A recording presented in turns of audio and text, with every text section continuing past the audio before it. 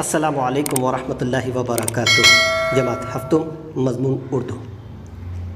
बच्चों, आज के इस वीडियो में इंशाअल्लाह हम उर्दू ग्रामर पढ़ेंगे, जिसमें है इस्तफ़हामिया जुमला।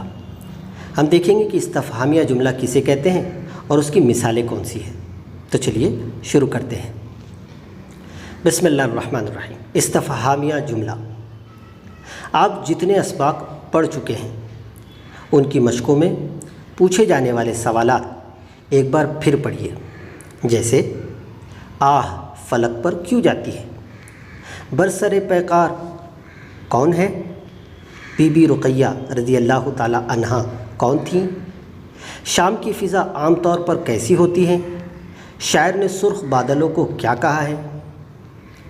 आप जानते हैं कि ये सवालात भी जुमले हैं, लेकिन इनमें कुछ बातें पूछी गई हैं, यानी सवाल किए गए हैं।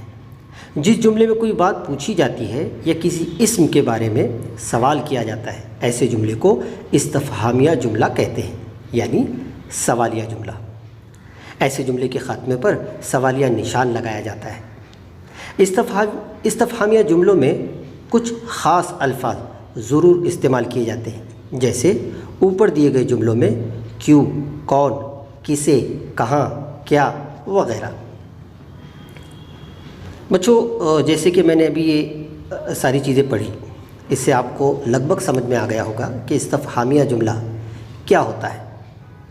ये असल में किसी भी जुमले को जब सवाल की शक्ल दे दी जाती है तो वो जो बनने वाला जुमला है उसे हम इस्तफ़हामिया जुमला कहते हैं। और उसकी पहचान ये है कि उस जुमले के आखिर में सवालिया निशान होता है, जो आपको यहाँ पर सारे तकरीबन सवालात के अंदर यहाँ पर नज़र आ रहा है आप लोगों को। ये देखिए इधर, ठीक है। तो इन जुमलों के आखिर में ये सवालिया निशान लगाया जाता है और इसमें कोई चीज़ पूछी जाती है और पूछने के लिए मुख्तलिफ़ अल्फाज का इस्तेमाल किया जाता है, जैसे क्यों, कौन, किसे, कहाँ, क्या वगैरह। तो इन जुमलों को उर्दू ग्रामर में इस्तफ़हामिया जुमले कहते हैं। अब इसके मुताल्लिक़ एक मश्क है जो आप लोगों को करनी है। ज़ैल में दिए हुए जुमलों को इस्तफ़हामिया जुमलों में तब्दील कीजिए। नंबर 1, बूढ़ी काकी ज़मीन पर पड़ी रहती। अब बच्चों, ये एक सादा जुमला है। अब इस जुमले को हमें तब्दील करना है इस्तफ़हामिया जुमले में।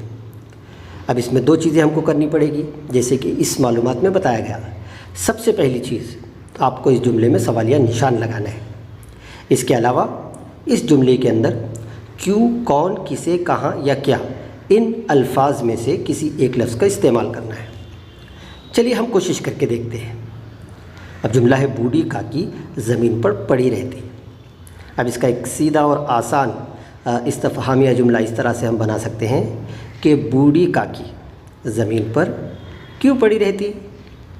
देखिए, यहाँ पर आखिर में सवालिया निशान आ जाता है और हमने यहाँ पर क्यों का इस्तेमाल किया, इस वाले लफ्ज़ का।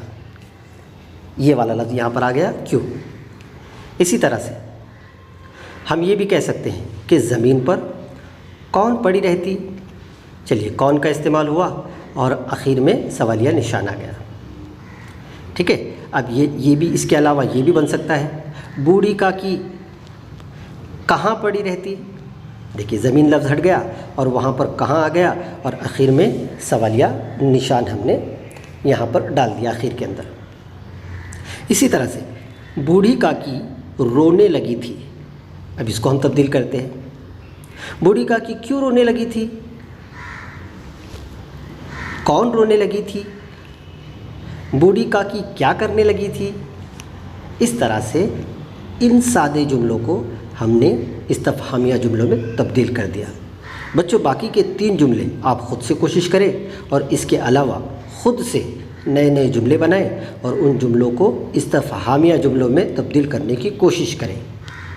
असल में इस्तफ़हामिया जुमले ये बड़े आसान होते हैं, हर बच्चा इसको आसानी से बना सकता है।